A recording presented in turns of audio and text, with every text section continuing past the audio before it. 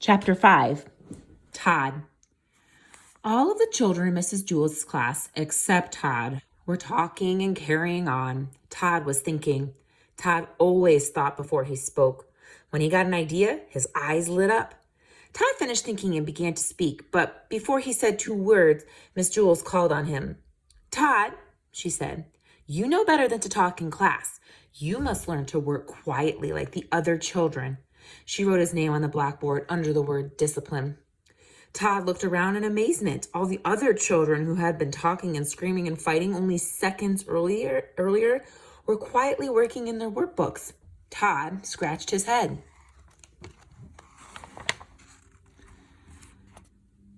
A child was given 3 chances in Mrs. Jewels' class. The first time he did something wrong, Mrs. Jewels wrote his name on the blackboard under the word discipline. The second time he did something wrong, she put a check next to his name. And the third time he did something wrong, she circled his name. Todd reached into his desk, pulled out his workbook. He had only just started on it when he felt someone tap him on the shoulder. It was Joy. "What page are you on?" Joy asked. "Page 4, Todd whispered. "I'm on page 11, said Joy. Todd didn't say anything. He didn't want to get in trouble. He just went back to work. 5 minutes later, Joy tapped him again. Todd ignored her. So Joy poked him in the back with her pencil. Todd pretended he didn't notice. Joy got up from her seat and sharpened her pencil. She came back and poked it in Todd's back. "What page are you on?" she asked. "Page 5, Todd answered. "Boy, are you dumb," said Joy. "I'm on page 29. "It isn't a race," Todd whispered. 5 minutes later, Joy pulled Todd's hair and didn't let go until he turned around. "What page are you on?" she demanded. "Page 6, Todd answered as quietly as he could.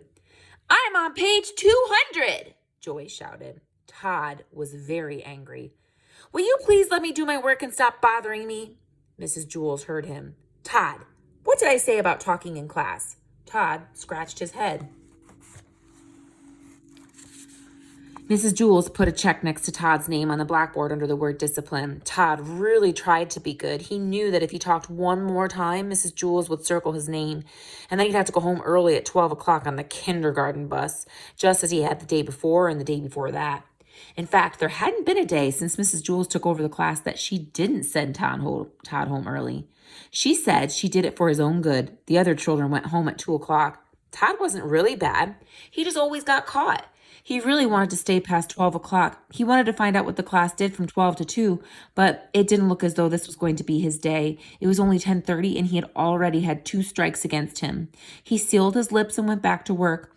There was a knock on the door. Mrs. Jewels opened it. 2 men stepped in wearing masks and holding guns.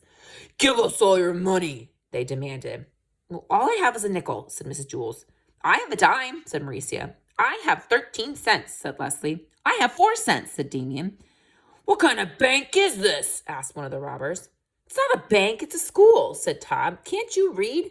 "No," said the robbers. "Neither can I," said Todd.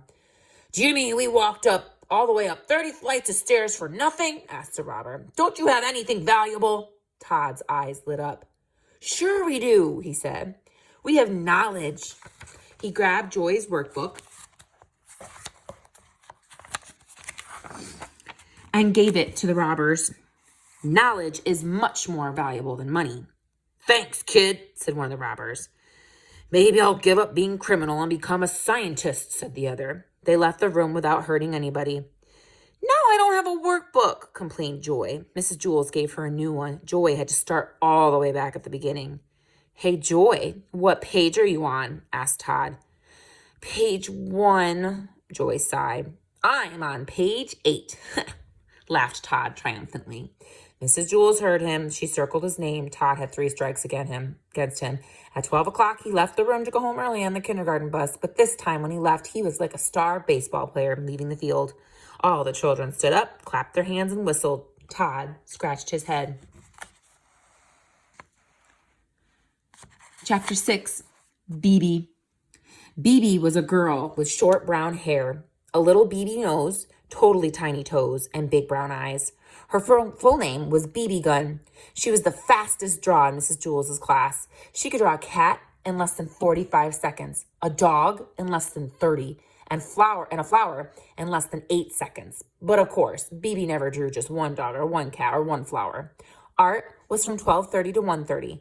Why, in that time, she could draw 50 cats, 100 flowers, 20 dogs, and several eggs or watermelons. It took her the same amount of time to draw a watermelon as an egg. Calvin sat next to Bebe. He didn't think that he was very good at art. Why, it took him the whole period just to draw one airplane. So instead, he just helped Bebe. He was Bebe's assistant. So instead, he just helped Bebe. He was Bebe's assistant. As soon as Bebe would finish one masterpiece, Calvin would take it from her and set down a clean sheet of paper. Whenever her crayon ran low, Calvin was ready with a new crayon. That way, Bebe didn't have to waste any time. And in return, Bebe would draw 5 or 6 airplanes for Calvin. It was 12:30, time for art. Bebe was ready. On her desk was a sheet of yellow construction paper. In her hand was a green crayon. Calvin was ready. He held a stack of paper and a box of crayons. "Ready, Bebe?" said Calvin. "Ready, Calvin," said Bebe. "Okay," said Mrs. Jules, "time for art." She had hardly finished her sentence when Bebe had already drawn a picture of a leaf. Calvin took it from her and put another piece of paper down. "Red," called Bebe. Calvin handed Bebe a red crayon. "Blue," called Bebe. He gave her a blue crayon.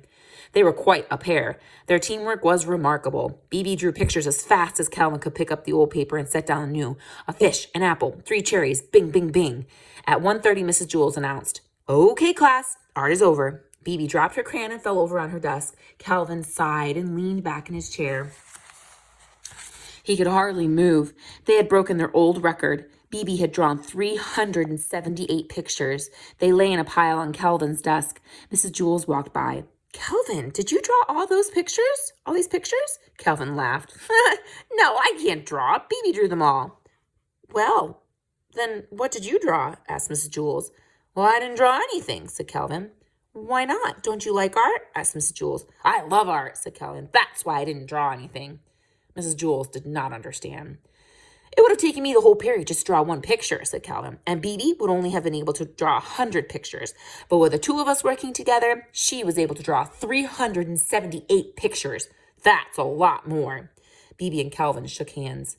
"No," said Mrs. Jules, "that isn't how you measure art. It isn't how many pictures you have, but how good the pictures are. Why, a person could spend his whole life just drawing one picture of a cat. In that time, I'm sure Bebe could draw 1,000,000 cats." 2,000,000, said Bebe. Mrs. Jules continued, "But if that one picture is better than each of Bebe's 2,000,000, then that person has produced more art than Bebe." Bebe looked as if she was going to cry. She picked up all the pictures from Calvin's desk and threw them in the garbage, and then she ran from the room. "Well, I thought her pictures were good," said Calvin.